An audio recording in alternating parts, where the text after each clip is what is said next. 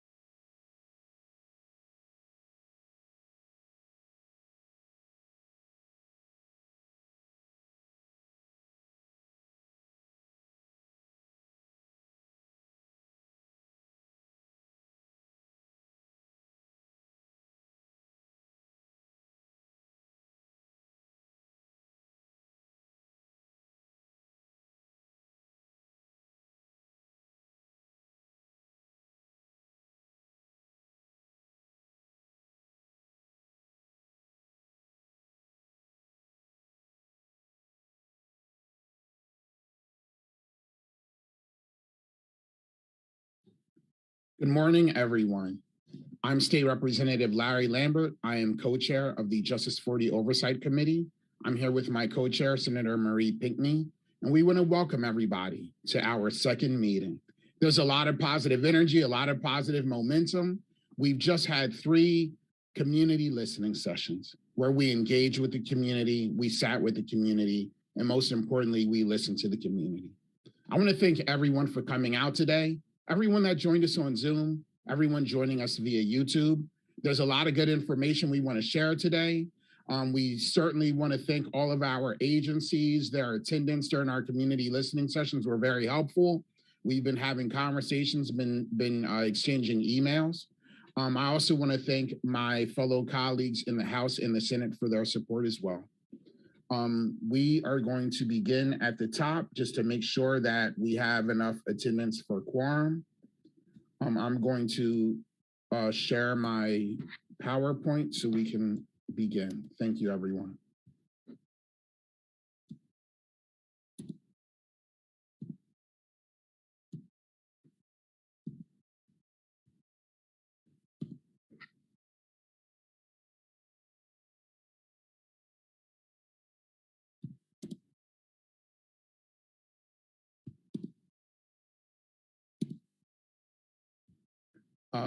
Let's see. Dylan, you can begin with the roll call, please. Thank you.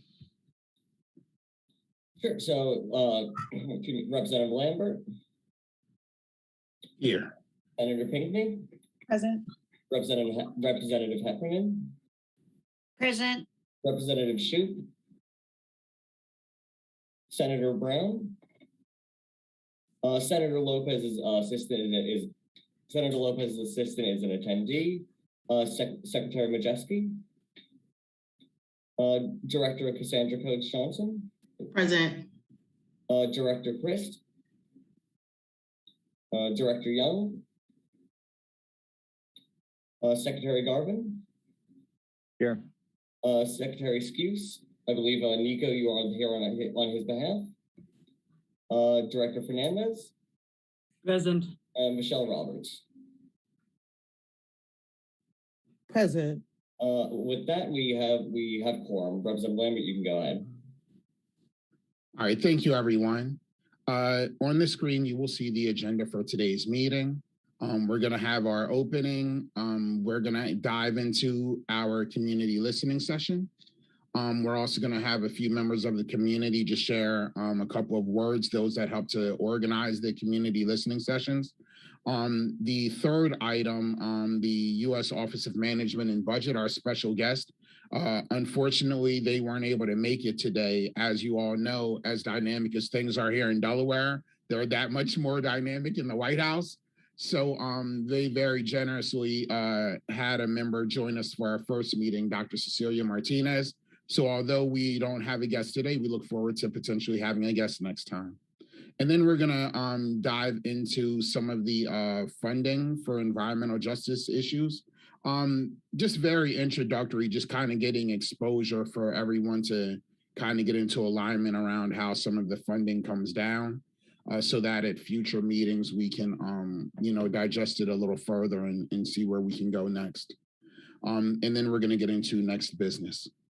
And of course, public comment. We want to hear from everyone.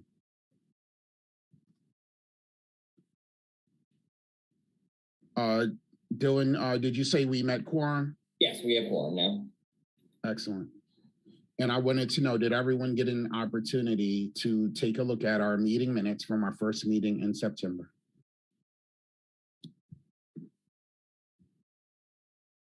If there are any corrections, kindly let me know. Would anyone like to make a motion to accept our first meeting minutes? So moved.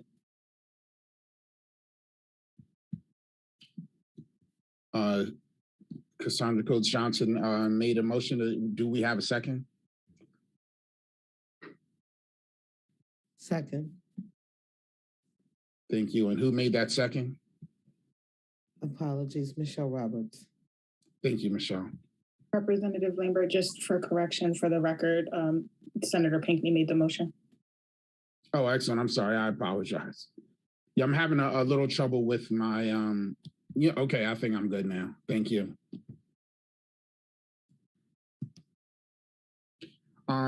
Seeing as our last meeting was in September, I did just want to quickly touch base on a few definitions to make sure we're all in alignment.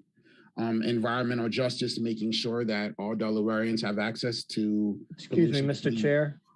Hello, yes. This is Sean Garvin. Did we vote on the minutes? I know there was a motion and a second, but did we actually vote on accepting the minutes? Thank you, Secretary Garvin. I appreciate that. If we could take a moment and vote on the minutes, please. All in favor, say aye. Aye. Any opposition? Any abstention? The motion is approved. Thank you, everyone. I did want to touch base on a few definitions, as we may have some new people joining us today. And a big part of our initiative is education and making sure that we're in alignment and as clear as possible. So environmental justice, making sure that all people are involved when it comes to our shared access to pollution-free air, land, and water. The Justice 40 initiative was a major part of President Biden's plan for building a just and equitable, sustainable and inclusive economy for America. His executive order 14008, which was his executive order on climate change, it established the Justice 40 initiative. And in that initiative, it required that at least 40% of investment benefits for environmental justice, climate change, sea level rise, et cetera, that at least 40% of those investment benefits goes to disadvantaged communities. I worked with Senator Pinckney, who was very helpful as we were able to bring forward House Concurrent Resolution 40, establishing our Justice 40 Oversight Committee. And again, we want to thank all of our agencies that joined us, all of our wonderful members of the House and Senate who joined us as well. And we are working towards that goal of making sure that we have not only meaningful investment in our communities, but that we also track and map these investments, and that we will provide final reporting and recommendations to the General Assembly by the end of next year when our committee when our committee ends. We did want to just provide this courtesy slide detailing the 5 overarching steps of our Justice 40 initiative to determine disadvantaged communities, to identify the benefits of the federal covered programs, the federal investment benefits that we referenced, to look at how these benefits can best be utilized in our communities, to track the implementation, and lastly, to calculate and report on reaching the goal of at least 40% of those investment benefits going to our disadvantaged communities. Are there any questions? All right, let's dive in. It's time for new business now that we're all caught up in regards to our community listening sessions. We wanted to fit with our community's goal of centering our overburdened communities. And we had 3 community listening sessions over the course of 2 weeks, approximately 10 days. And we want to definitely thank our community liaisons that were so helpful. Not only did they work to set up these meetings, but they engaged various other organizations that are doing the meaningful work. We look forward to in next year to follow back up with these communities. One meeting isn't enough. We want to make sure that these are relationship building opportunities. We have notes from our community listening sessions. They're pretty detailed. I took 4 pages of notes in Sussex alone.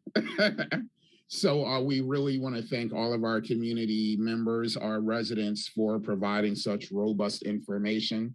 And in this meeting today, we're going to dive into some of the highlighted points, some of the issues that may have come up more than once, some of the issues that may have been a priority for some of our groups.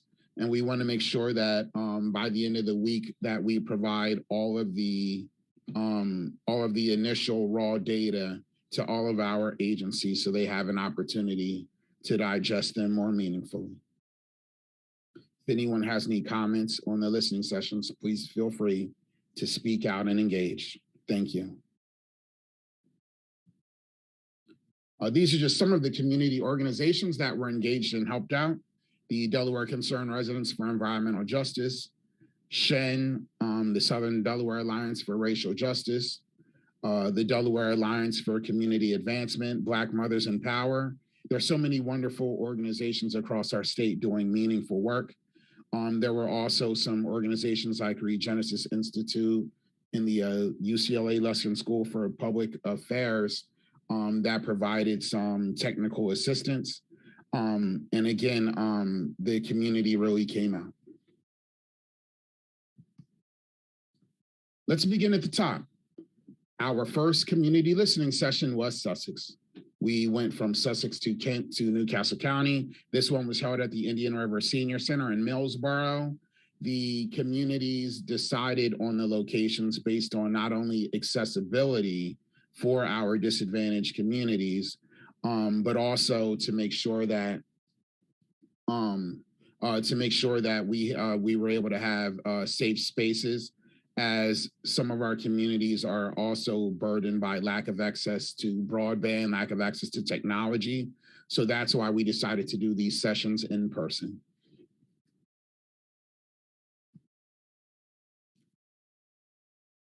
In our Sussex listening session, there was a significant amount of data collected. I don't expect everyone to be able to read all of this. We will be providing this PowerPoint to everyone separately via email. And also we will be providing the detailed raw data as well. I wanted to touch base on a few items. An issue that came up numerous times was the Mount Ayr Farms facility in Sussex along the Indian River Bay. The contamination of well water and wastewater's impact on human environmental health, the concern that the community fund portion of settlements will not reach the community. Issues came up around Possum Point, the aging septic systems.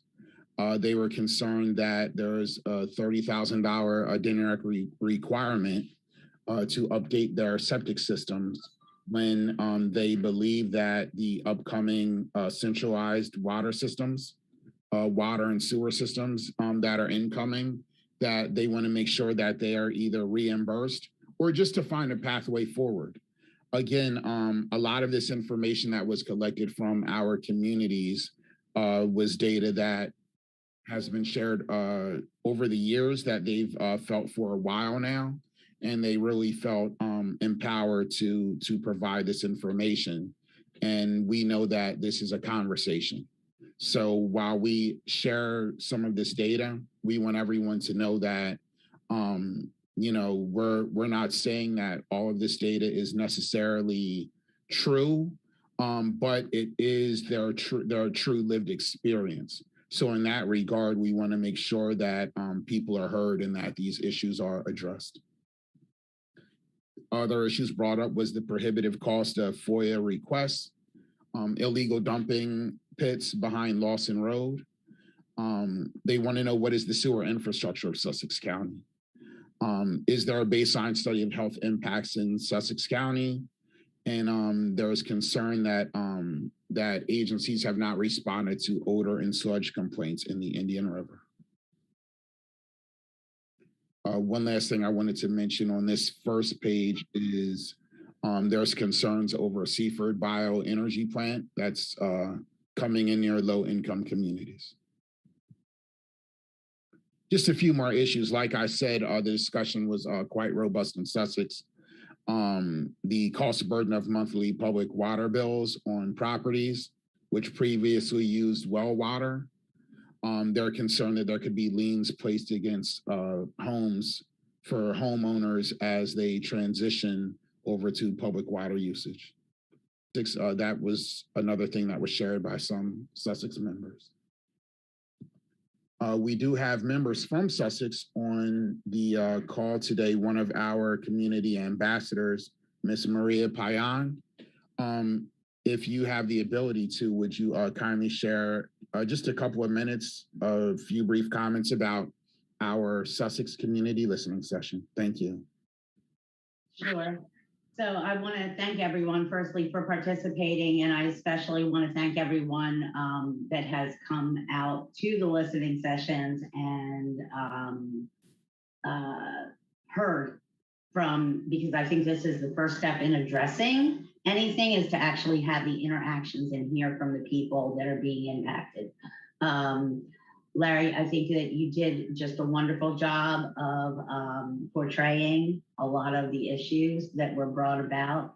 And I think that we hear over and over again that the impacted communities, they need the ability to have clean water. And that includes not only the infrastructure, but having the ability to be hooked into a system and address monthly bills. Same thing with the septic systems. There have been ongoing problems for a long, long time there. Some of the things that came up over and over again were exposure issues. I think the need for research into exposures and the impacts on the communities that are daily living without the ability to breathe clean air or clean water. There was great concern about the children being exposed to certain pollutants, as well as the elderly, because we do have a lot of elderly members in the communities, which we know both the children and the elderly are impacted at a greater level than someone who is middle-aged. I think one of the things that I would like to touch on a little bit that's in here is talking about bringing in research and doing things differently. One of the greatest concerns we have here that affected a lot of the clean water issues is the use of spray fields in our very sensitive geology that we have here. We're a coastal region. We have very high water tables. We have very shallow wells, and we are built on sand. And anything you pour in just seems to be make it extremely susceptible to pollutants being carried into the aquifers, into the wells where people are. So it would be a great benefit to see something be invested where we can actually move technology to a way that is going to change these exposures. The spray field systems, this is not new technology. It's basically, it's a cheap form of waste removal. And it has not worked. Even with talks that I've had through the environmental, some of the folks at DENREC, this is not innovative technology, and we understand that there's cost prohibitive ways, but I think we need to invest to find a different way and to move this into the future. So I think Larry, you covered it great, and that would be some of the additional expansion of your excellent news. Also, let me add one more thing. Sorry, Larry, I just noticed this when I talked on the screen. The seafood bioenergy plant. We have been in discussions about trying to get public information out to communities, especially where there is a language barrier. And I think this is something that is really desperately needed. And I would hope that we can start having those meetings sooner rather than later. I think at the time, it's a lot of information to digest. So I hope that moves forward in a positive direction to prevent problems there. Thank you. Thank you so much, Maria, for giving a face to that, for giving the human element to that. And that's another thing that I wanted to add. You know, when we're looking at words on the page, I want to share with everyone that these meetings got very vulnerable. They got very brave. There was a woman there that confided in us that her daughter was left infertile from some of the exposure to pollution. There were people sharing with us that, you know, stories about people jumping in the river and ending up with sores. And we just wanted to let everyone know that, you know, there was a lot of energy in that room. And that's why this Justice 40 Oversight Committee is so important. And that's why we appreciate all of the efforts that so many of us on this call have been putting in over the years. And we really look forward to continuing to work better. And the key word is coordination, making sure that we're coordinated in this effort and centering our communities. Thanks again, everyone. Next up, 2 days later, we were in Kent County. We want to thank the Islamic Society of Central Delaware for generously opening their doors. It was a very good meeting. We even had some friends follow us up from Sussex County and join us. So that was very nice. We had Del Dot join us for Sussex and Kent County, Denrick as well. So I did want to share another good thing that came out of the Sussex meeting. Senator Ernie Lopez, he joined us, one of our committee members, but we also got joined by councilmen from Sussex County. So it was nice to see some of these different levels of government being engaged in hearing the buzz from their constituents.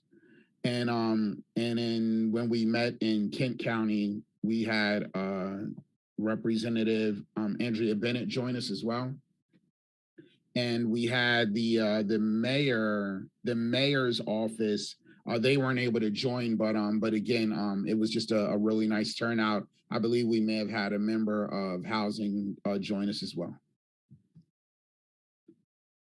A few of the items, we won't go through everything, but we just wanted to highlight a few things for Kent County. There's water discoloration issues. They referenced a smell and a taste of bleach in some cases around the Town Point area. Also issues with water near the Playtex facility. They brought up some communication issues. They would like to get updates on water and local health impacts from DPH. They were providing some solutions because we're always solution-based. These aren't sessions where people are complaining. Our overburdened communities have solutions, and they were sharing solutions, and it was very helpful. They were referencing ideas of providing, health impact updates through schools to parents at senior centers, having ticker tapes on the screen during the local news when contaminant levels are high. They reference a need for broadband expansion in Kent County. They mentioned transportation. Again, the DODOT representative that joined us was super helpful. We were able to even dive a little deeper in regards to transportation, which was very nice. They want a breakdown of how money will be spent from the clean water bill. They said that information is a little less than clear. Neighbors do know that everything hasn't been decided yet, but they wouldn't mind getting more clean communication and maybe having a seat at the table during this process. In regards to Justice 40, they want to see investment benefits going to human infrastructure as well, building up staffing capacities to assist with environmental justice issues.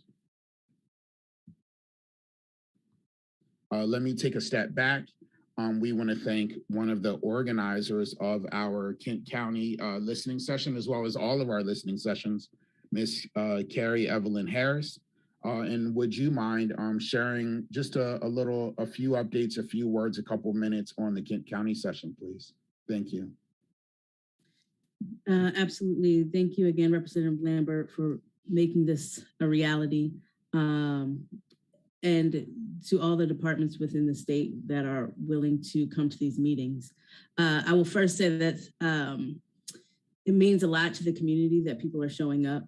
And I know that some folks got some heavy hits like Denrec, but still showed up to all the meetings. And we're hopeful that some of the changes that were requested come through. I can say that Stephanie Johnson came to 2 of the 3 meetings, one in Sussex and one in Kent, and was very much engaged in what the community had to share, and most especially in Kent, understanding many of our concerns around flooding transportation, things, items of that nature. During the conversation in Kent, I'm to the credit of Representative Lambert and Representative Bennett, there is a clear miscommunication and breakdown in communication between agencies.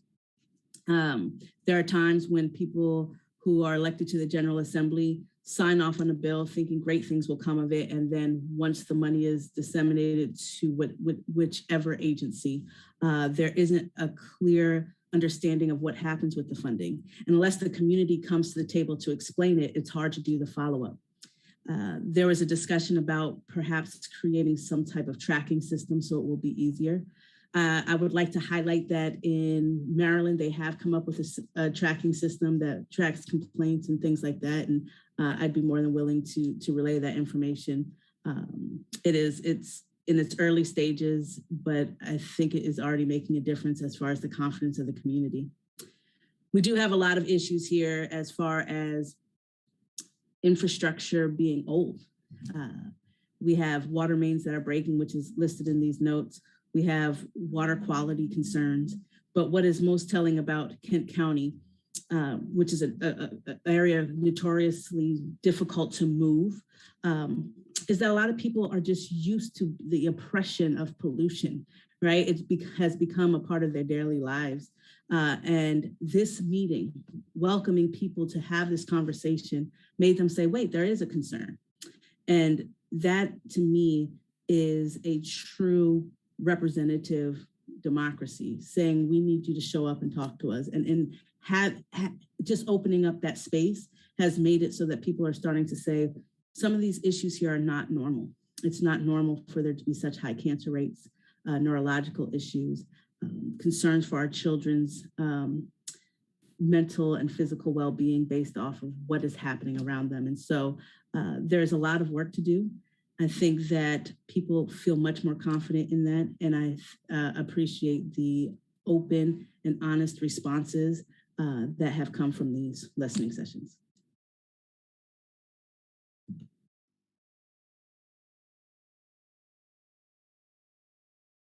You're on mute, Representative.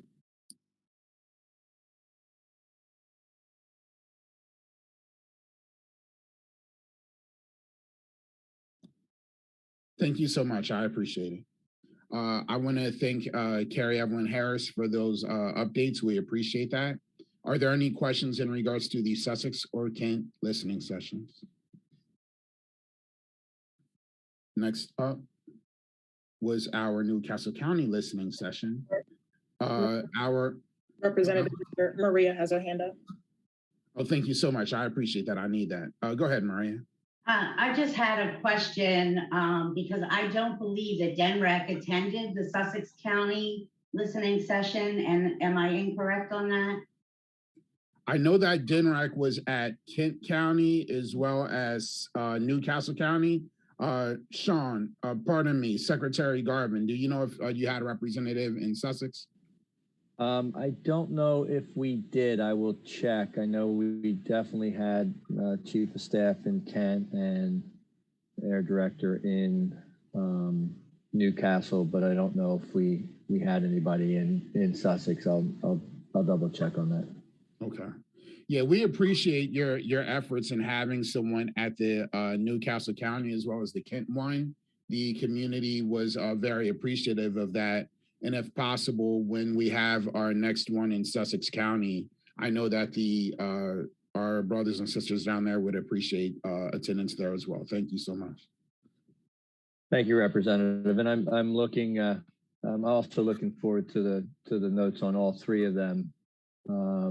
I know we had folks who were jotting things down. There are a number of things that you have on your list that I'm certainly interested in more details on. Some I'm very familiar with, some I'm not as familiar. So I look forward to when the committee provides those lists to the departments. Thank you. Excellent. And Ms. Stephanie Johnson, you were in attendance at the Sussex and the Kent one. And your attendance was very helpful, especially when you were able to dive deeper into the transportation and resiliency project that you rolled out. If you could kindly share what your experience was like at the listening sessions, engaging with the community.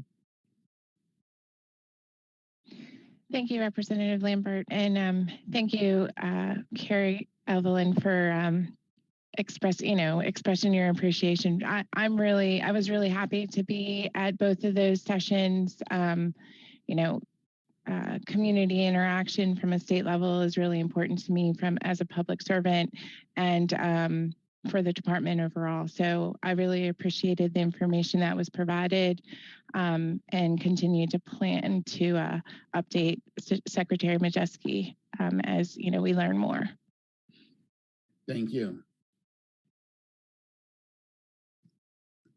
And we're now moving into our last listening session, which was the following Thursday. This was at the Police Athletic League of Wilmington on Market Street. All three of our listening sessions, we let the communities decide what locations would work best. And the community decided that the PAL in Wilmington would be best because not only would it be accessible for individuals in Riverside and in Southbridge, Newcastle, but also individuals on the west side. And we also had members coming down from Claymont in some of the overburdened communities up here that I represent. In fact, the turnout was so great that we had to open up the partition wall. So we were really proud of that. I'm thinking 40, 50 maybe people up there. So again, we want to thank everyone who came out. We typically like to do the circle format to make sure everyone is, feels included and equal. But the turnout was robust, so it was just really nice. Again, we want to thank everyone in attendance. Let's start with some of these updates. The Newcastle County listening session. We had so many notes, so much feedback. And what happened at all of the listening sessions were at the end of the session, discussions continued afterwards. And I just want to thank the agencies that generously spent a little extra time afterwards. The feedback was just so great from everyone that showed up. Touching base on a few highlighted items, because there were so many, we obviously couldn't squeeze them in here. I apologize for some of the small print. We just wanted to, get some of them out there. Concerns about the DuPont Camorra settlement, placing some of the funds in an account that will fund EJ work. The community wants to know where those funds are going. They would like greater transparency around that. The DuPont Edgemoor plant, who is liable for environmental damage at the site. There's 35 recommendations to DNREC that were provided at the turn of the century. And there were questions around why none of them were implemented. These were recommendations created by the EPA based on studies done here in Delaware. There were questions in regards to outreach to our Hispanic and Latino communities, English second language communities. Issues were brought up around the recent Fiji plant settlement from neighbors in Newcastle. They wanted to know if there's a relationship between environmental indicators and crime rates. Our communities have a lot of suggestions, a lot of good input. And one of the things that they could use is access to additional information. So that would make them feel more comfortable in regards to, how to proceed forward. Hurricane Ida certainly came up, as many people know. There were whole neighborhoods, whole communities underwater, and they were really concerned about the not only the impact of the flooding, but lack of access to funds to help them to get their lives back together, and also the long-term solution, because they would like a pathway forward for resiliency and safety.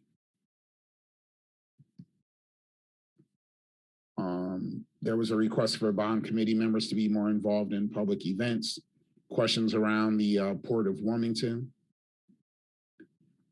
They also wanted to know what DNREC's climate action plan was. Was the community involved in the creation of the plan? They felt that with the significant number of individuals in the room that have been engaged in EJ work, they just wanted to know if those communities were engaged and also how they can be engaged going forward. I do want to take this opportunity to ask Ms. Dora Williams if she's available, if she wanted to provide a couple minutes of input. She representing the Newcastle County area as well as the Delaware Concerned Residents for Environmental Justice. Good morning, everyone. I would like to thank our representative, Larry Lambert. He is just so awesome. And because he's not my state representative, he is my state representative because he represents not only Claymont, but the 7th District, but he also represents the state of Delaware. So he's my representative as well as my environmental justice representative. So I just wanted to put that out there, make that clear. And I thank him for this solemn assembly of one accord. And I keep saying that because indeed it is a solemn assembly of one accord. It's the only place where regular residents can have a say. And it's not based on how much tax we pay. So I am appreciative. And one of the things that I am really appreciative of is the inclusiveness of Sussex, Kent, and Newcastle, because we all share some similar things. And the one thing that we share that is very common to all of us, and that is environmental injustice. So I'm so happy that this is a table where we are all invited and to hear real-time stories of things that are happening to people in real time. That's not on paper where it can be watered down, but real stories come out of the mouths of real people. And wow, this is the word for this Justice 40. And the last point I would like to make is that it is a place where the process has not yet been set in stone. So we have, when I say we, I mean the community residents from Kent, Sussex, and Newcastle will have input in this process, which in fact, many processes, and when I say many, I mean many, and I won't even begin to name them, but to start with, we can name our process for environmental justice.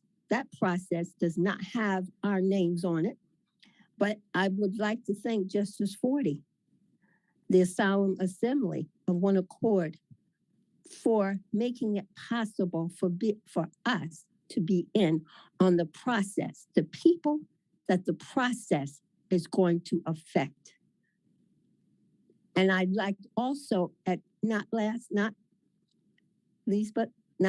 least, Newcastle County Council, because I believe that one of the things that helped set some of this in place was I think it's 046 is the last three numbers of that ordinance that was done in 2019 that sets these facilities apart. And they're giving county council a run for their money, Crota and a lot of the others.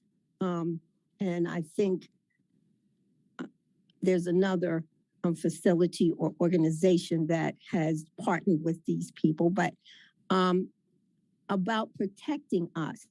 And but they put that in place. So I'm hoping that these places will have the status of special use so that that's the process that we are in on, and that's the process we should be in on to say whether you come and pollute us or not.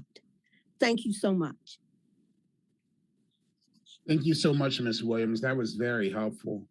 And we really appreciate you providing that human element.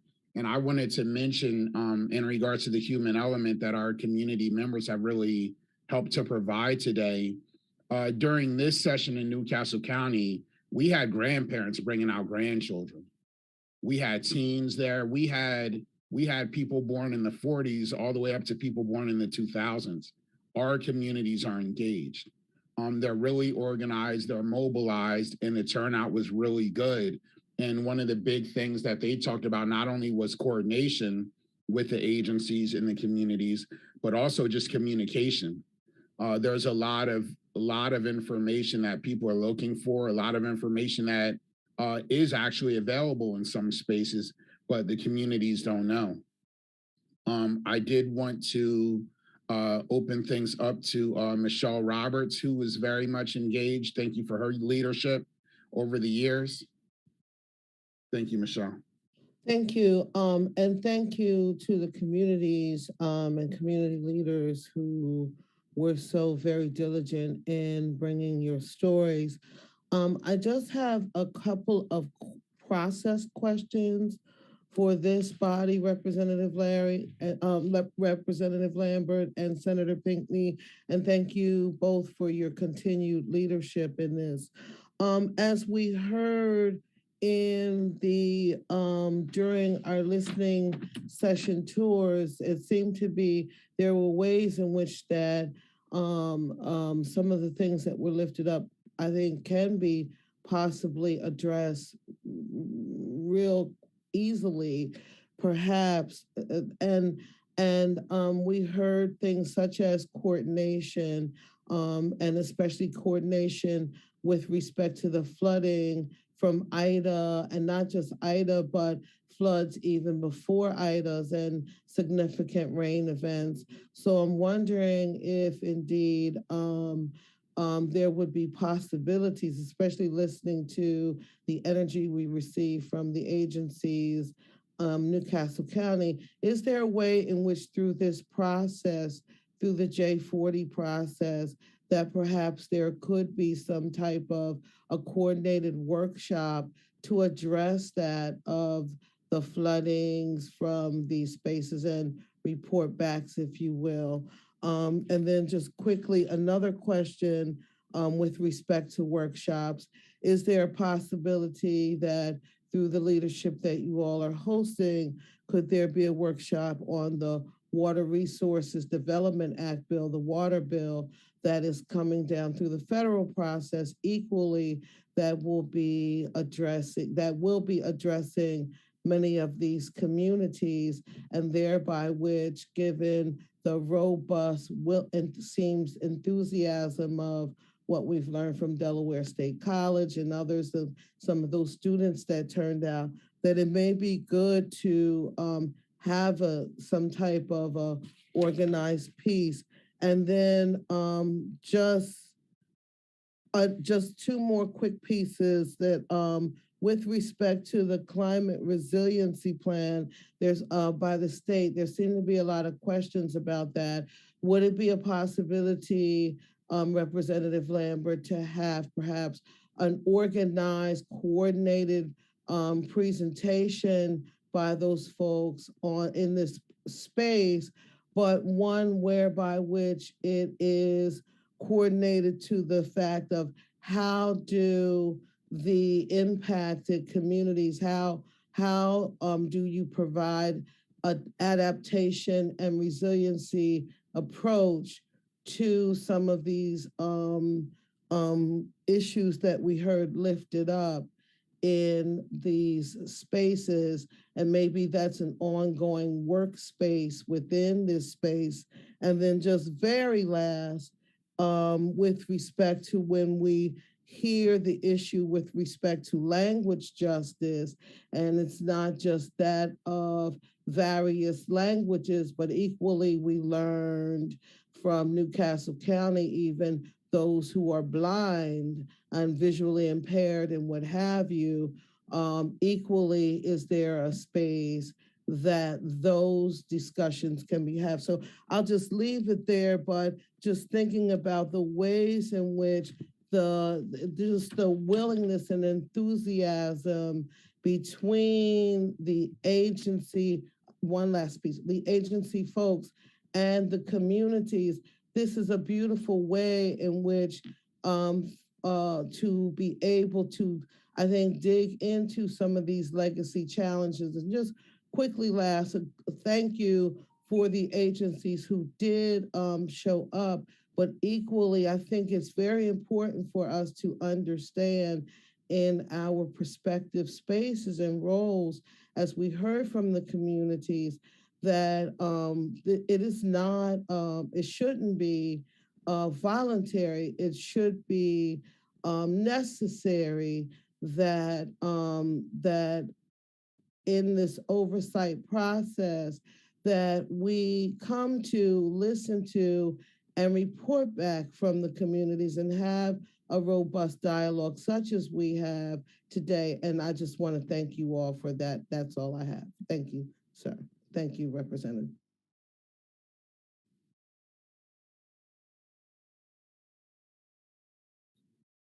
Hey, Larry, you're muted again. Hello, can you hear me? Excellent. Thank you, Michelle, for that feedback. There were a number of different items that you brought up. One of the items that you brought up was in regards to the climate action plan. And Secretary Garvin, could you address that question around engaging overburdened communities in regards to that? Yeah, absolutely. We're about ready to announce some town hall meetings that we're going to be scheduling, climate action plan. And now that it's been completed and announced by the governor, we are scheduling a series of town hall meetings so that we can share what's in it and address questions and have that engagement. So look forward to that. Hopefully we'll be announcing that those town halls in short order. Excellent. That's very helpful, and we look forward to that. And one of the things that the community communicated to us was that when it comes to wonderful programs like that, like your climate action plan, there's a lot of good stuff in there. One of the things that the community asked for was that they be engaged before the rollout, that their input be implemented during the formation of some of those plans. Thank you for engaging our communities. We look forward to that. Let's see. I did want to also open things up for some of our agencies that joined us at this meeting. Something else good that happened during our Newcastle County meeting was that we were joined by Representative Chukwocha from the Wilmington area, but we were also joined by 2 members of the Wilmington City Council. So again, we were able to engage across different government levels, and that all of that goes to the community. They were reaching out to other legislators. They were reaching out to different levels, and it was just so nice to extend that dialogue. Our agencies even engaged with some of the members of the different municipalities. We also had a lot of faith leaders engaged as well. So I'm sharing some of this information also for our different agencies to also know that there are pathways to meaningfully engage our residents, particularly our residents that have been disproportionately impacted by poverty, pollution, and other impacts. Let's see if I could have Director Cassandra Coates Johnson. We got so many accolades from your input. They really love you. If you could share what your experience was like engaging during our community listening session, please. Yeah, the energy in that Newcastle County meeting, was really something special, and the conversations and the discussions were raw and they were honest. And I think, and one of the things I shared with the group is that, this is a time and this is a real opportunity to be really specific, right, about what needs to happen now, right, versus what may need to happen more longer term. And I see that coming out in the notes from these slides.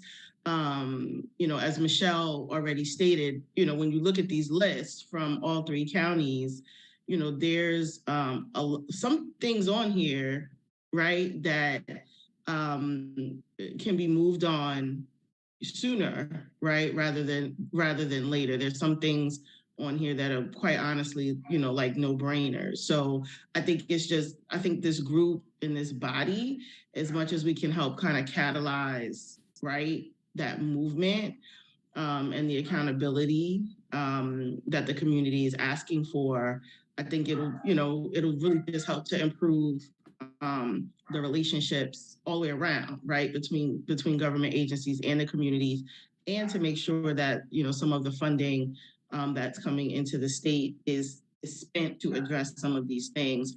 I just wanted to ask Rep. Lambert and Senator Pinckney, will these slides specifically be shared? I know we have the meeting minutes and the notes, but for my purposes, like I want to actually share these slides with some of the staff within public health, because they're very, clear and succinct. And I think it'll help to generate additional conversations around looking at, where's a good place to start. First of all, thank you again for joining us. During our listening session in Newcastle County, again, like all of the sessions, things got vulnerable, things got brave. We had 2 people confiding in us that they had cancer. We had young people there that talked about asthma issues. My nephew was there, and he has severe asthma. And the way that you presented with that trauma-informed care, it just really made a difference. And I wanted to highlight that. It meant a lot.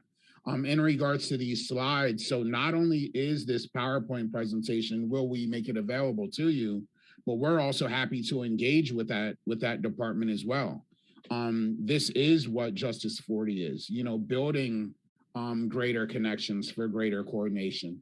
Lastly, we have some more detailed notes. This looks detailed on the screen, but yeah, it's just the tip of the iceberg.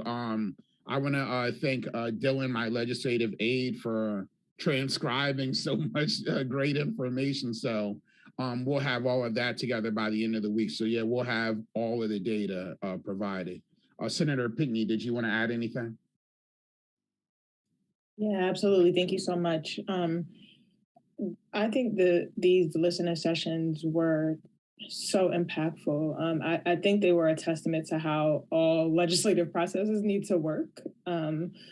Outside of our desire to have like public comment towards the end, which is important. Like when we are doing big and important things legislatively and departmentally across our secretary's offices, like communities should have the opportunities that they had when we were hosting these listening sessions.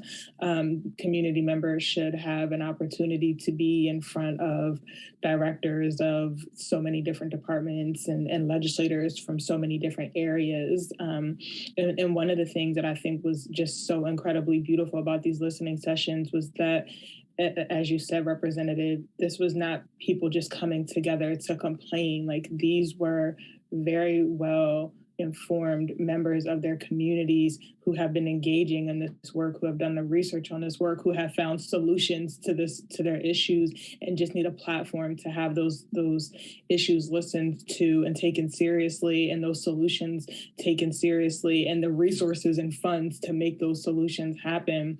And so I think that these listening sessions, which are just the beginning of this work, really set a tone for what this body needs to do. It sets a tone for the level of responsibility and faith placed on us by members of the communities that we've listened to in these sessions. And so it's not enough for us to just have provided those safe and inclusive spaces, but what I think is going to be more important is to continue to take all of that into consideration and provide continuous platforms to get the responses and the vulnerability and the massive amount of information that we received through those listening sessions. I mean, we had community members coming with previous reports that were done by departments, coming with reports and legislation and task forces in the past where recommendations were made. And so I think that this body is incredibly tasked with producing bold outcomes for the people who very, very clearly reported their and expressed their trust and faith and belief in this body and the work that we're supposed to be doing here. Thank you so much, Senator Pinckney. I fully agree, and that was very well said. You know, even when we look at the recommendations that were provided 20 years ago, almost every item is still relevant today. And we want to make sure that we don't go another 20 years without these issues being addressed. So again, you know, there was a lot of good feedback, but this is the beginning. The destination isn't a community listening session. A community listening session is the beginning. It's the springboard. So I also wanted to highlight Director Fernandez from the Department of Labor. A lot of good energy. Again, you spent a lot of time afterwards engaging the community. We got a lot of good feedback from you as well. If you would kindly share your experiences from the listening session. Thank you. Thank you, Representative Lambert. First of all, I just want to thank you and Senator Pinckney for giving us at the Department of Labor an opportunity to be part of this committee. It just, you know, personally, on a personal basis, it brought about a paradigm shift in how I thought, you know, we as a department, we as a division, how we could better engage with community, how to better communicate in terms of what are the services and programs we have to offer. And of course, you know, the pandemic has, you know, affected us in so many ways. And once again, we see this as an opportunity to better market the programs, to better share programs, and for the community to avail of these opportunities. If somebody wants to get a GED, somebody wants to upskill, somebody wants to get a short-term or a long-term or a mid-term certification, somebody wants to, you know, and we've got different areas of industry that people can get trained: healthcare, logistics, manufacturing, information technology, restaurant, automotive services, hospitality. So we have a whole gamut of programs and services that we want to offer to the community. And one of the things that we did was, you know, I shared one sheeter with Dylan to share with the group. So we want people to reach out to us. I've given contact numbers, I've given email addresses, we've given some of our social media platforms, but absolutely please get in touch with us and we'll be absolutely thrilled to help in any possible way. But once again, this brought about a paradigm shift at least in May, in terms of how the Division of Employment and Training, the Department of Labor can engage with the community. So I just want to say thank you for the opportunity, and this is just the beginning.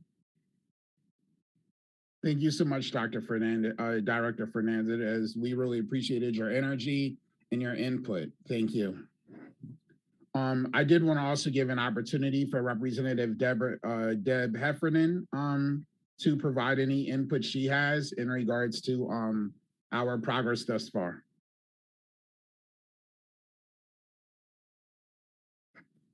You're on mute, Representative.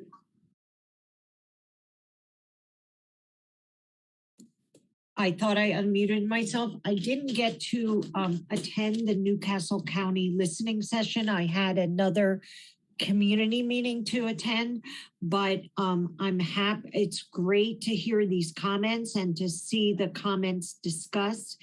Where I live, my district includes Edgemoor and parts of the coastal zone, Calpine, a lot of industrial areas. So I'm very, very interested in these areas and how we can include the what we're doing with the Justice 40, and especially with the penalty fund monies. So I thank you all. It's great to hear these comments and to see these issues, you know, to hear them brought to us. And I've heard a lot of these from constituents too, and I'm very excited to be working with this committee. Thank you so much, Representative Heffernan, for your leadership and support as well. Next up, I wanted to bring up just a few community suggestions. As we all see, there's a lot of data, a lot of information. So when we look at suggested overburdened communities to target for investment benefits, we broke down some of the designations that constitute a disadvantaged community or overburdened community. But from the feedback that we got, we also wanted to just add a few more specifics, which include communities that have been disproportionately impacted by water safety and public water transition, communities that have a lack of transportation needed for an equitable economy, communities that have been disproportionately impacted by levels of cumulative pollution exposure, which impacts our health, social, and economics. Some other summarized data was in regards to investment benefits that communities would like to see.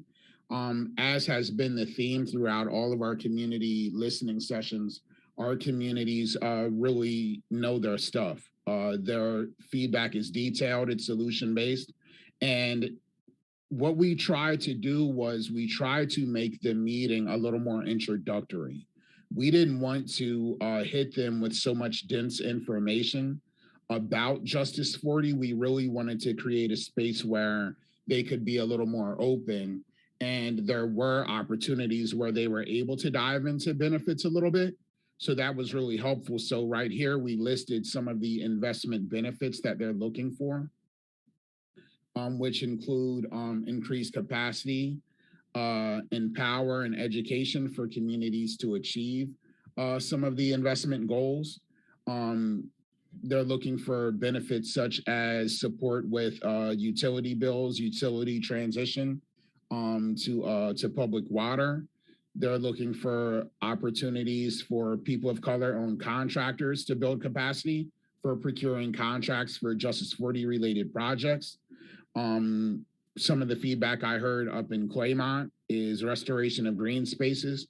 There's hundreds of acres of land going into development right on our northern border, and our communities are interested in the possibility of a Claymont Riverfront Park.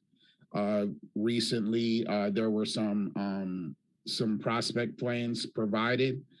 Some other opportunities that people talked about on the economic side is not only clean energy industry job training, but also involving our justice-involved brothers and sisters, potentially even while they are incarcerated, to get the skills and training that they need so that they can transition back more smoothly. Again, we won't go through all of these investment benefits, but it was so nice that even though our communities are just getting exposure to the idea of Justice 40, that at the same time they came ready with investment benefits that they suggested. So that's just a little snapshot. Any questions in regards to the community suggested investment benefits?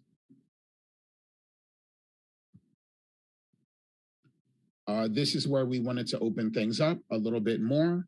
We wanted to discuss some of the departmental funding for environmental justice. There is a lot of questions around, so now that we've gotten through our community listening session, we want to open things up in regards to funding, as we do know that a fundamental part of our Justice 40 Oversight Committee is making sure that when the federal investments come down, that the benefits go, that at least 40% of the benefits go to our overburdened communities. So we wanted to open it up and hear, when it comes to EJ issues, EJ funding, how does that work in regards to the way that the federal funds come in, and how do they make it to our overburdened communities? If I could have Secretary Garvin maybe share a little input in regards to that.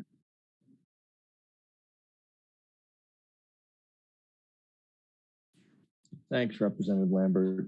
So when talking about our overburdened, underserved communities and talking about federal funds and particularly federal funds as it relates to climate, what we really will evaluate is what are the needs, what are the impacts? As you look at EJ communities throughout the state, the impacts are going to be different. Rural communities are going to have different impacts than coastal communities.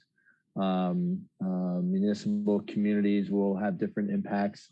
One of the examples you used earlier that Secretary Majeski and I have talked about recently was the impact of Ida and seeing flooding in areas that we had not heretofore seen that type of flooding. And part of it was based on the nature of the storm, but part of it's also based on are there infrastructure issues, is development causing a more impervious surface that is getting more water running off. And so we'll be looking at that as a municipal issue. We'll also be looking at, for example, heat island effects and impacts of higher temperature days. And the governor has the Tree for Every Delawarean initiative. And how do we get more tree cover into our urban areas? How do we provide that, the shading benefits, the carbon sequestration, other things that will benefit in our communities, particularly related to the fact that infrastructure sometimes makes that limited, or communities don't like leaves that they have to get off their cars, or minimizing and planting appropriate trees so that you don't have tree root structures that are causing damage to pavements. So excuse me, as that funding comes in, we're going to have to be evaluating kind of what the needs are throughout the entire state through all of our underserved, overburdened communities, rural and urban and suburban areas. And so that evaluation will be undergoing throughout the state, but it's really, there's not a cookie cutter for any of these communities. And I think that's part of the challenge that we all have, is identifying the needs of communities and not just assume the needs are all the same. And so that is our goal moving forward. And then obviously we have a whole lot of other funding that is related to just our communities across the board, that is either state funding not related to climate, or state and federal funding, like the state revolving fund and investments that historically have come from that, investing in communities to improve infrastructure. The governor, obviously over the last few years, with the approval of the General Assembly, has set aside funding for what was announced this summer, which was the Clean Water Initiative for Underserved Communities, and focusing on how do we get capital investments into addressing what really in a lot of these areas of third world situations that shouldn't exist in the United States, let alone in the state of Delaware. And so we are working on, we have the first community that we're working on, and we're identifying additional communities. Somebody also raised, which is one of the things that we're very much investigating, is one of the struggles we've had historically. And as many of you know, this is one of the first things the governor and I talked about before he even nominated me. This issue's been going on for a very long time. And one of the problems is, as people look at septic and well water is free. Part of that lack of maintenance of those have led to some of the failures. But there are folks who, even if there are conditions that are creating public health issues, they're not paying for that service. And so they're somewhat reluctant to address that. So we are working on, are there ways in which there can be some financial support over some time that can reduce the costs? How do we work with utilities? How do we work with various counties and municipalities to address those? And we recognize that's one of the challenges that we're going to have to figure out in addition to the infrastructure costs, which, by the way, obviously lowers the amount of costs having not having to pay off the infrastructure investment in those communities. So, and then brownfields dollars and a lot of other places. But again, a lot of these we need to look at this on a community by community and not paint one brush that all communities are the same and the resources and or the environmental or public health challenges are the same. Thank you for that, Secretary Garvin. That's true that there isn't a one-size-fits-all solution for all of our communities. My co-chair, Senator Pinckney. Representative Lambert, I'm happy to yield to Ms. Williams and Ms. Roberts, who had their hands up prior to me. Oh, thank you. Ms. Williams. Okay. Thank you so much for this opportunity again.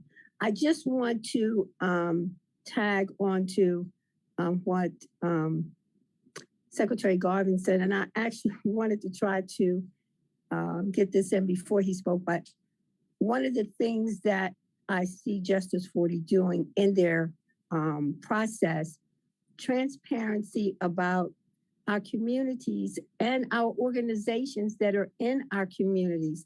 A lot of times the state does not recognize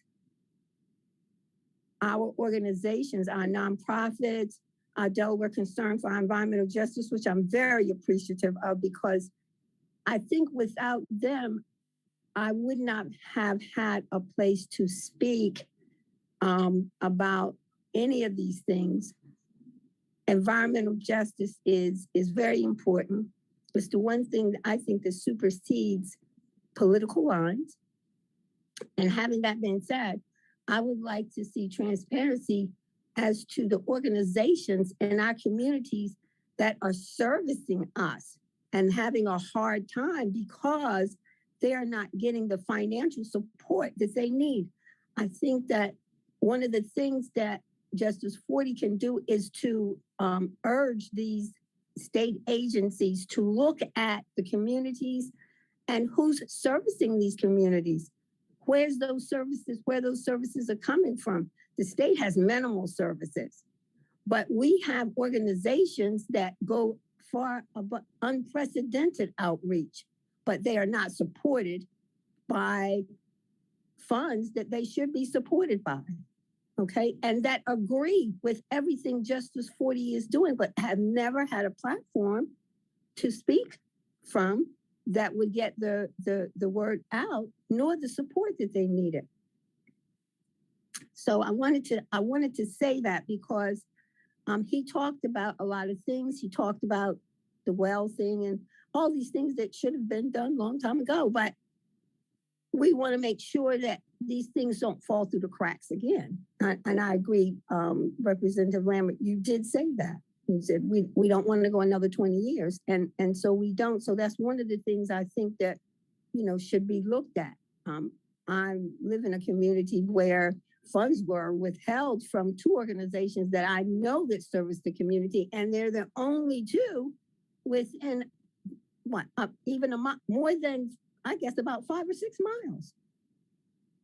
So that.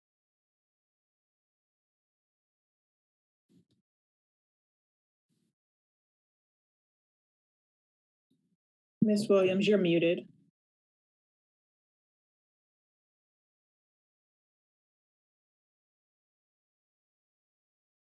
Ms. Williams. I'm finished. Thank you. Oh, sorry about that. No, I'm finished. I was finished. Thank you. No, we really appreciate that input. And that's something that I heard elsewhere too, that with these funds coming down, there's a risk that entities that don't have meaningful engagement with the communities are claiming to do so. And we want to make sure that the entities getting the funds are the entities that are really doing the work. And that goes into the oversight piece. That goes into the mapping and transparency piece. Thank you, Ms. Williams. Next up, Michelle Roberts. Thank you, Ms. Williams. And this just I'm just speaking along the lines of where Ms. Williams and Administrator Garvin was addressing. Again, Senator Pinckney and Representative Lambert, we across the nation really want to thank Delaware for having the first Justice 40 Oversight Committee, that and your resolution, because of all of the expressed issues that have come up. Our communities are in, I'm going to make this very brief and quick. Our communities are in the crosshairs of several issues, and we don't have to repeat them. We know that the legacy of systemic racism, the issues and the impacts of COVID-19, the issues and the impacts of the impending climate crisis.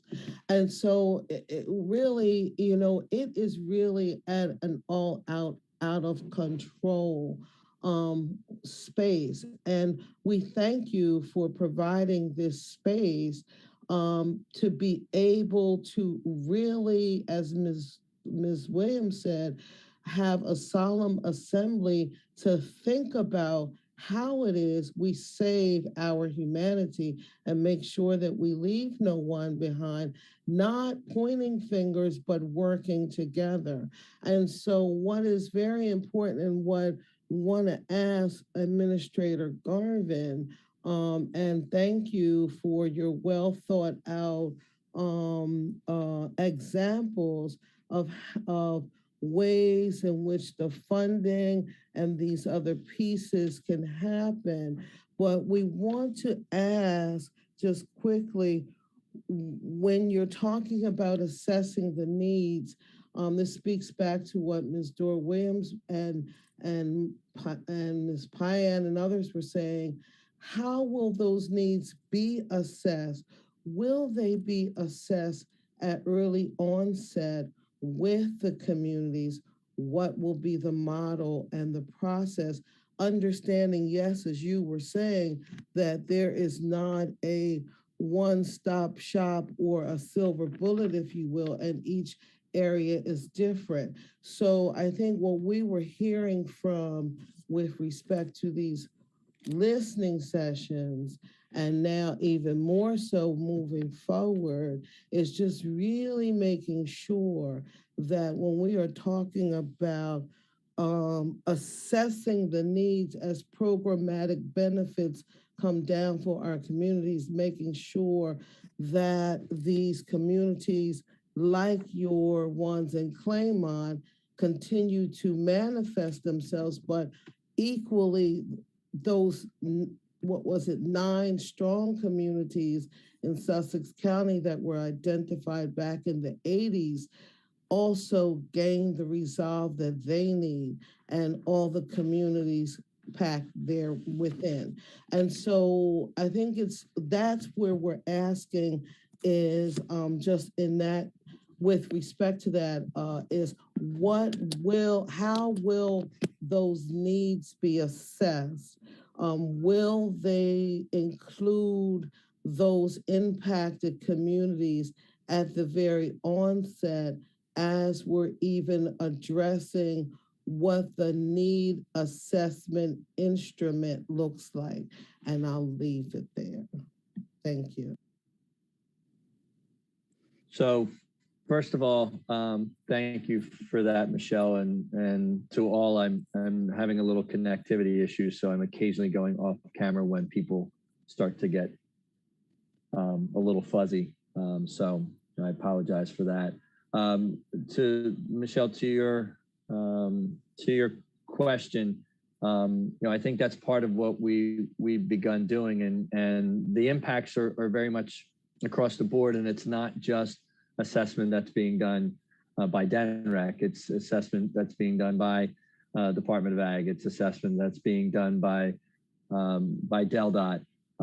It is an assessment that's being done by DHSS. And one of the key things that we're trying to figure out is where those assessments cross over. And then the important piece that you raised, and I think it also goes back to what Miss Williams was saying is one of the things I think we've all struggled with is kind of identifying. I think I may have said this the last meeting that we had.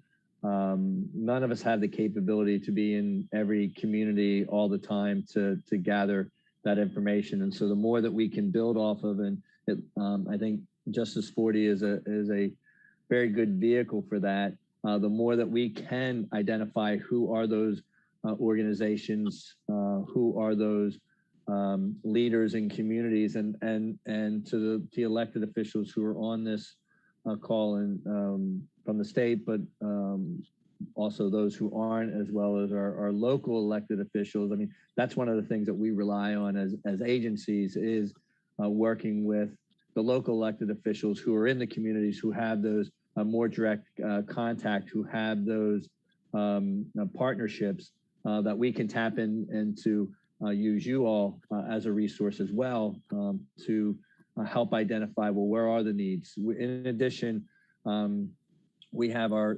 sustainable community program in which we're working with a number of communities throughout the state as it relates to climate and the impacts. And we've worked with Newark and Slaughter Beach and a number of other places. And so we're also trying to tap into those local connections to help identify what's going on in those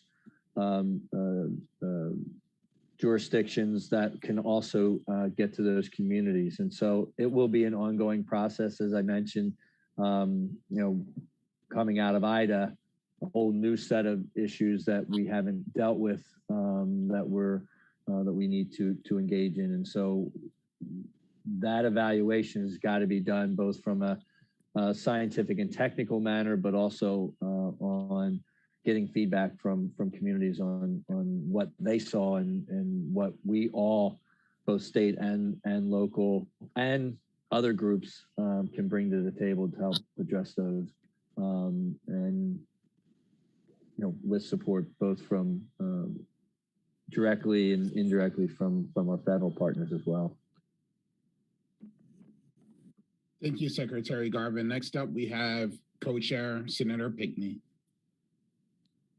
Thank you, Representative. And thank you, Secretary Garvin. Kind of feeding off of the question from Ms. Roberts, in particular, I would really like to hear the answer from some of our other state agencies, like as you're answering this question about how funding is divided. Could you also talk about how your agencies in particular define and identify environmental justice? I think when we're talking about like DNREC, it gets really easy for us to identify what the different environmental justice issues are because they work specifically with environmental issues in DNREC. And so I'm really curious to hear from some of our other departments about what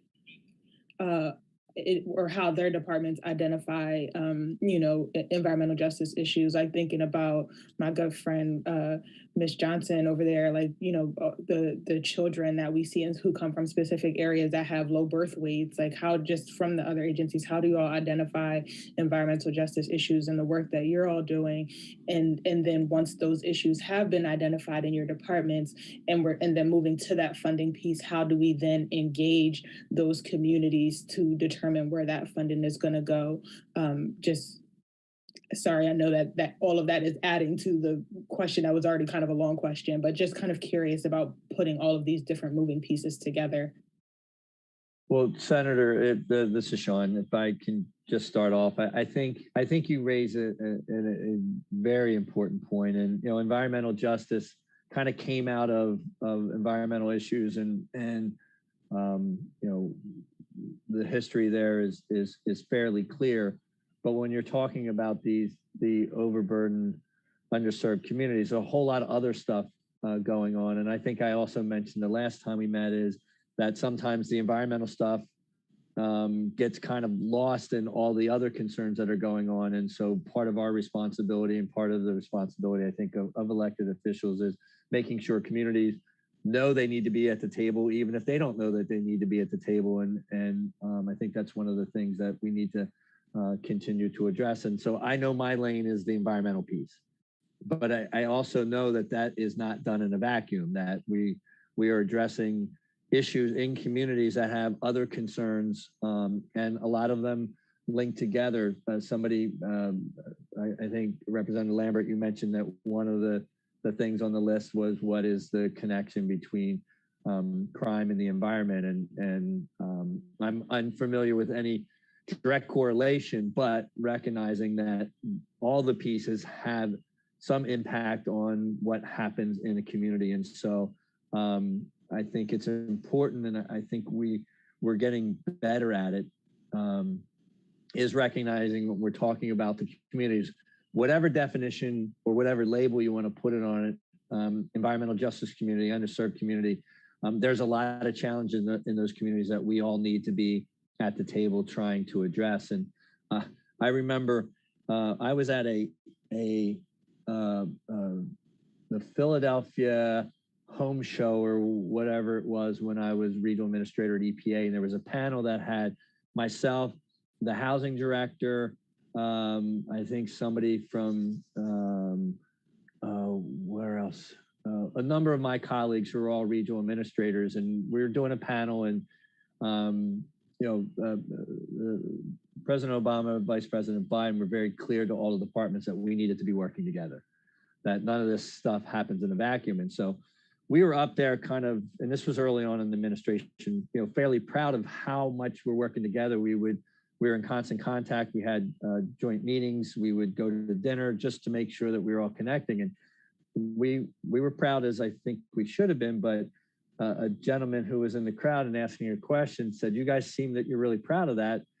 But we as the public, that's what we expect." And so we're glad that's happening, but it really is something that we deserve and we expect. And I think that's really how Governor Carney and this cabinet have been focused, that we all have pieces. And so part of what we're doing right now is, as part of my inner look at environmental justice, which will then help our external, which is both coming up with a state version of EJ Screen, which is an EPA tool that was developed when I was there, so that it's a little bit more localized to the state of Delaware. Also coming up with some maps to try to identify what these communities are that we consider to fall into the underserved, overburdened, so that we can share that with all of the departments so that we can have a focus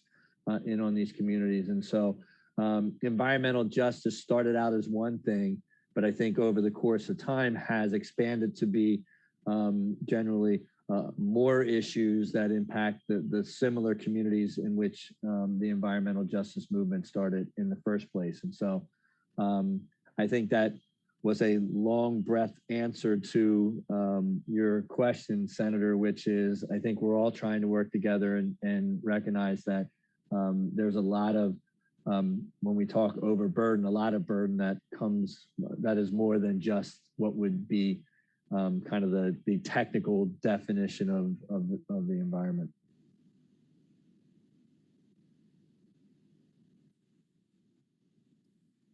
Thank you, Thank you, Secretary Garvin. I also wanted to give Director of Codes Johnson an opportunity to respond as well. Thanks.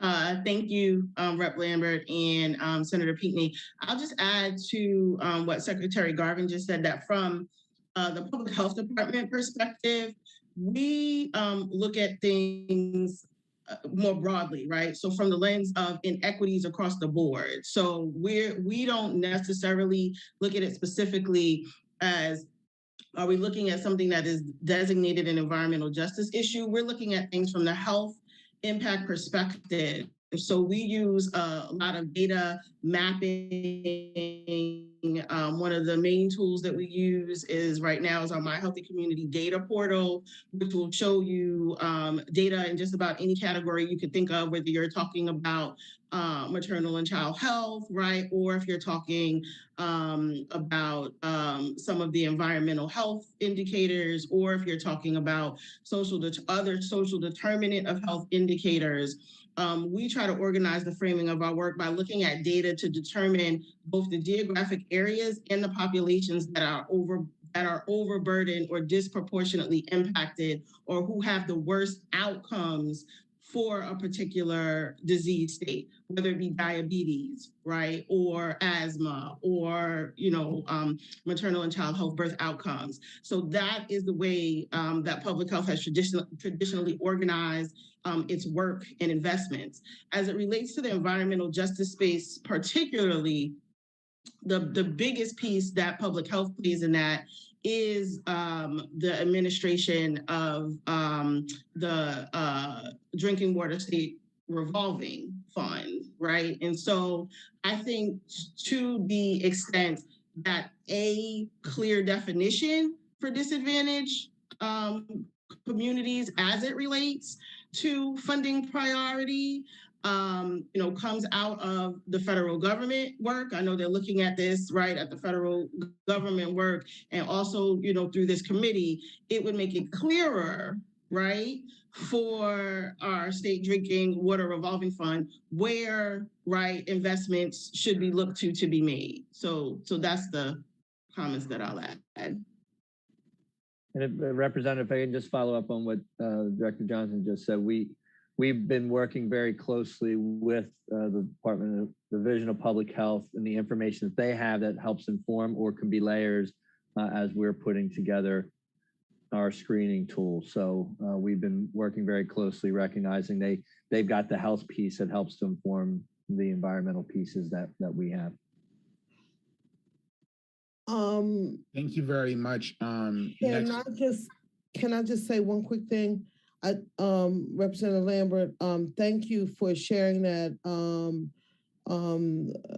Ms. Coates, because and Representative Garvin, because we do need, just so for the two of you to know, I am sitting on the climate and economic tool and scorecard piece for the WEJAC. So this is important information to share about needing a clear definition of disadvantaged community.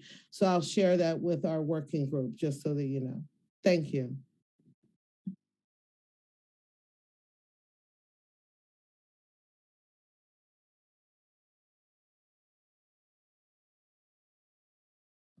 That's very helpful. Thank you about that. Sorry, I was having some issues.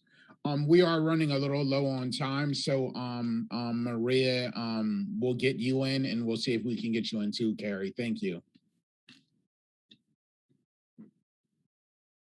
Thank you. I just want to thank Representative Lambert, Senator Pinckney, Michelle, everyone that came out. I really want us to look at this as an opportunity that we've never had and we will never have again, so that this just doesn't become like this is how it's always been done. Because with this gives us the tools that we need to do things differently. We talk about WIAC. WIAC has an environmental justice component to it. $0 have ever gone to that. So that tells me there's a disconnect. And I'm glad that Secretary Garvin talked about, coming to the table, because communities have been coming to the table and trying to participate when there is opportunities for input, like on the clean air, the air monitoring plans. Communities have come and taken part in that. They have attended WIAC. They have got legislation in. So they have been at the table. They came to the table for the Justice 40, the each county for the representation. And who was not at the table there? The agency that they're trying to communicate with. So I'm gonna ask for a reset, that we really, if we communicate, we can do things. And thank you for all the time, because I know this is a big burden on the time.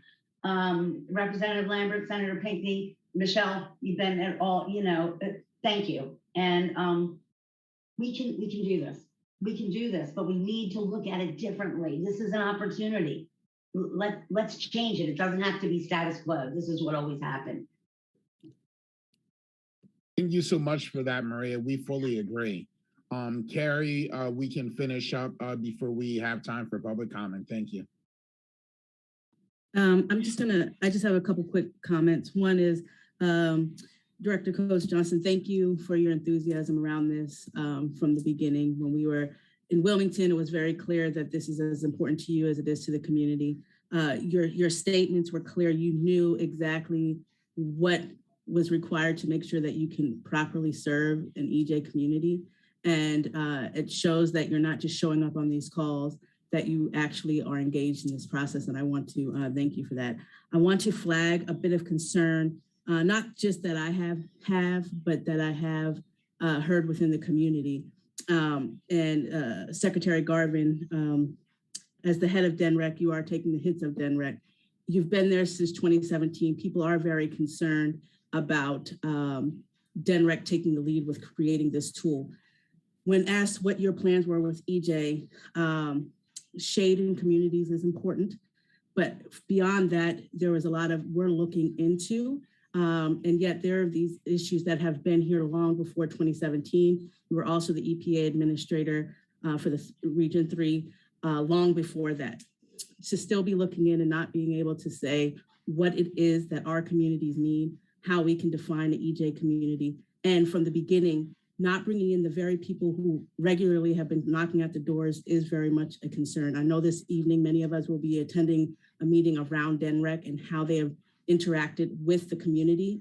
And there are a lot of concerns there. And so I want to flag, and I want it on record, that right now the community needs to be at the meeting talking about how this tool will be created, because there is a lack of trust and transparency, and we don't want to be in at the end once all the decisions have been made.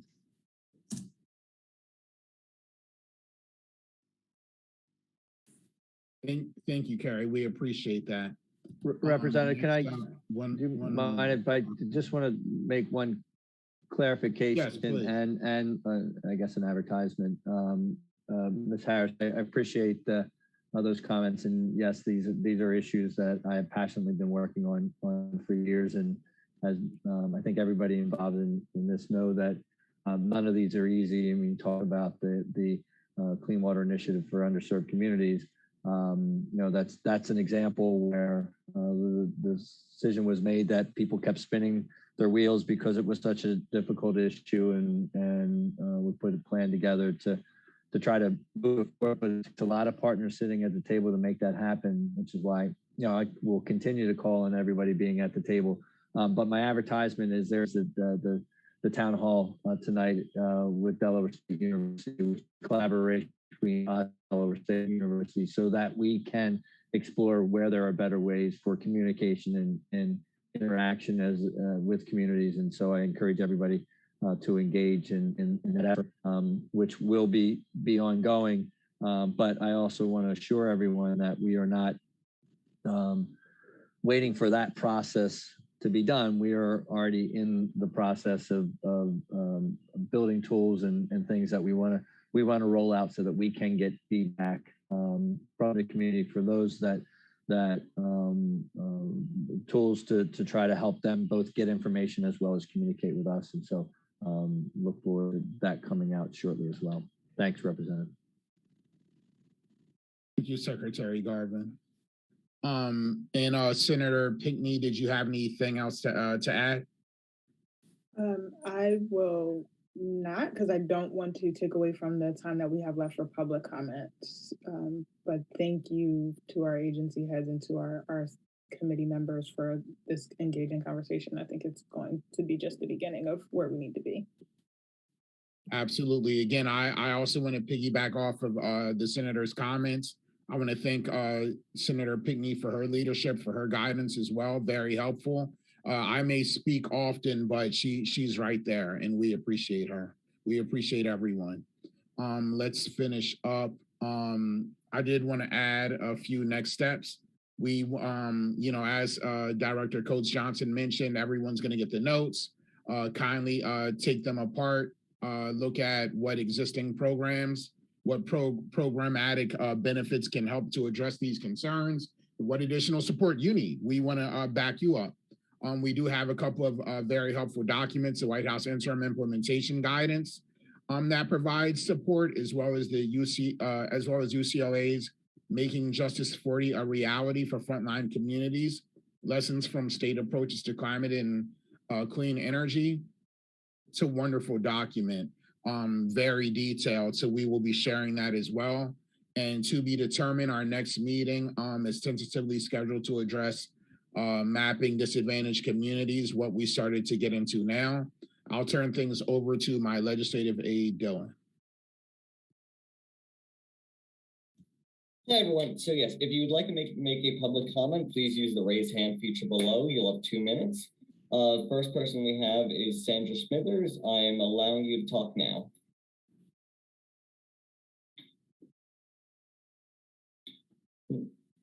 Hi, Sandra. You should be able to talk now.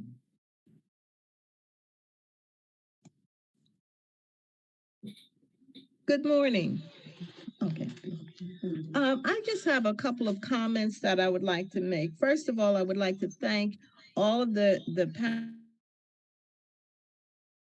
panel, and particularly Senator Pinckney and Representative Lambert for pulling this whole Justice 40 Oversight Committee together.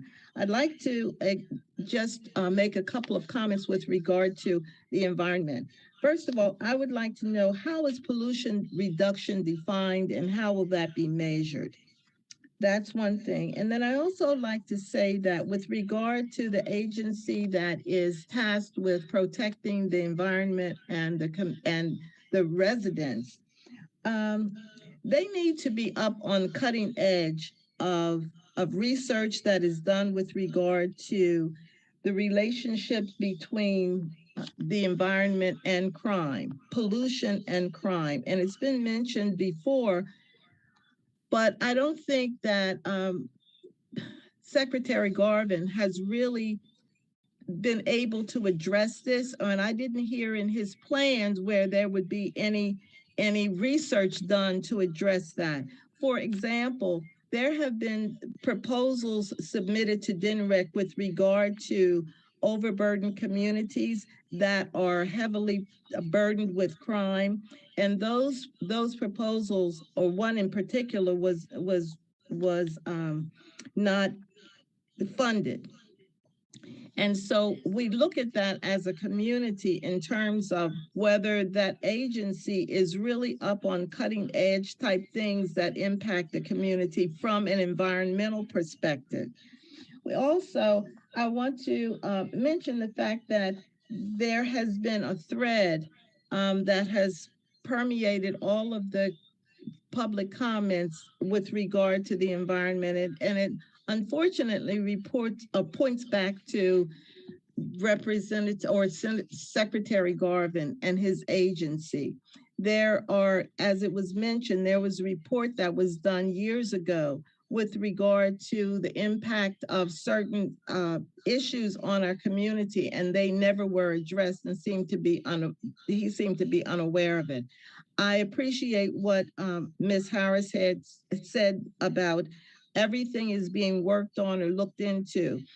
When we talk about addressing the community, or the problems confronting the community, we need to look at who is at the table. And heretofore, the community has not been at that table. 2 minutes. I'm hoping that going forward, this will be addressed. Thank you.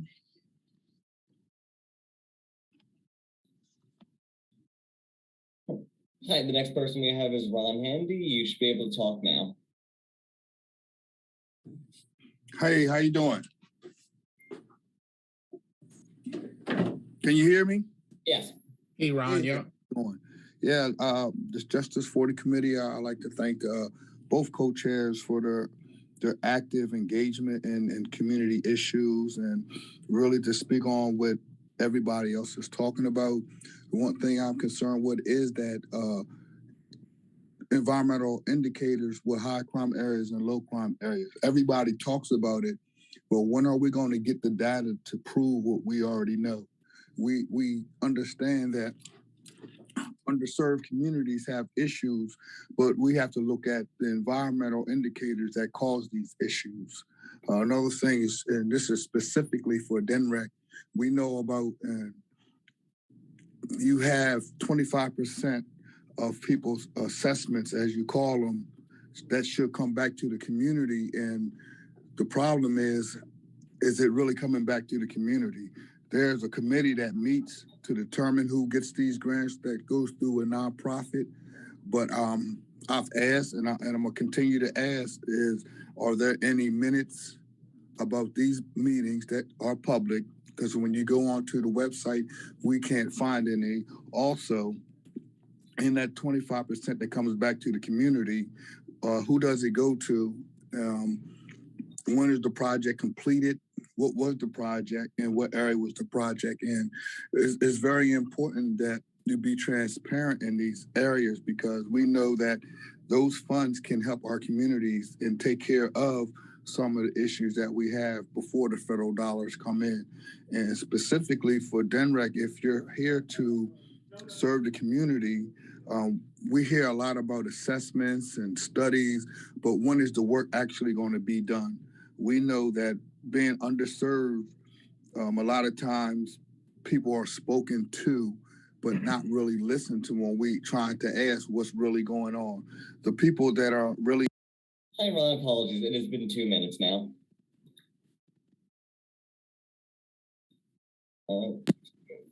Say that again? Apologies. It has been 2 minutes now. We'll have to move on to the next comment. Okay. Thank you. Hi, Bill. You should be able to talk now. Yeah, for those that don't know, I'm Bill Dunn. I'm vice president, one of two vice presidents of Civic League for Newcastle County, and I've been designated as the VP to look after and help the Route 9 corridor and the environmental justice people in the area regarding operations and future development in the area. And have actively participated through the encouragement of Dora Williams for over a year now. I was listening to Secretary Garvin and about them preparing to roll out an approach to dealing with many of these situations. And I've based on past experience, it might be better to meet with a core group of people and talk about, let them have an opportunity to give input before you come out with anything specific. The thing that concerns me most, and the Secretary is very aware of, is the future development in the area and the environmental problems that can come from that, as well as the existing problems that continue at sites like Kuroda and Fuji Films. These are important issues. I have a technical background in research and instrumentation stuff. And what I think is most important, that this organization and others at the agency level focus on the problem that we're confronted with today, and then everything that should happen after that to make sure that those future development plans don't turn into being a whole new set of problems. There are many things that can be done to improve air quality above all else in the area. And fence line evaluations and instrumentation is fine. I'm making it as quick as possible. The Secretary needs to reach out to a core group of people. There's 4 or 5 people from the Environmental Justice Civic League and numerous organizations that can give them a heads up as to where best and what are the highest priorities amongst those organizations, and look at that before you come out with broader efforts. Thank you. Hi, the next person is, we have you as 302-384-4819. If you could please give your name when you speak, you're allowed to talk now.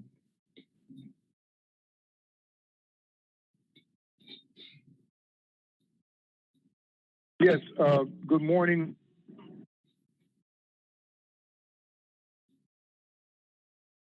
Hi, yes, we can hear you. You can speak now. Oh, your dad. Hello. Hi, yes, you can speak now if you want, if you wish. Dad, go ahead.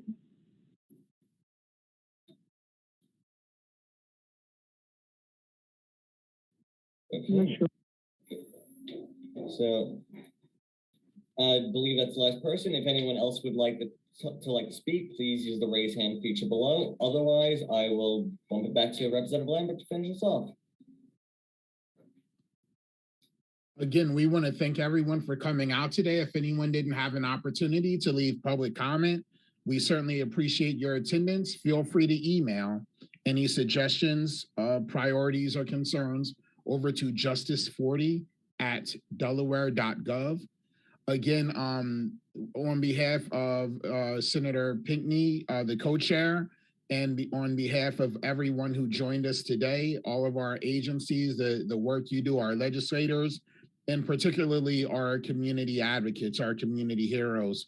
Thank you for your input. Let's do this. There's a lot of good momentum, but this is just the beginning. This is not the destination. Thanks, everyone. Have a blessed day. Thank you, everyone.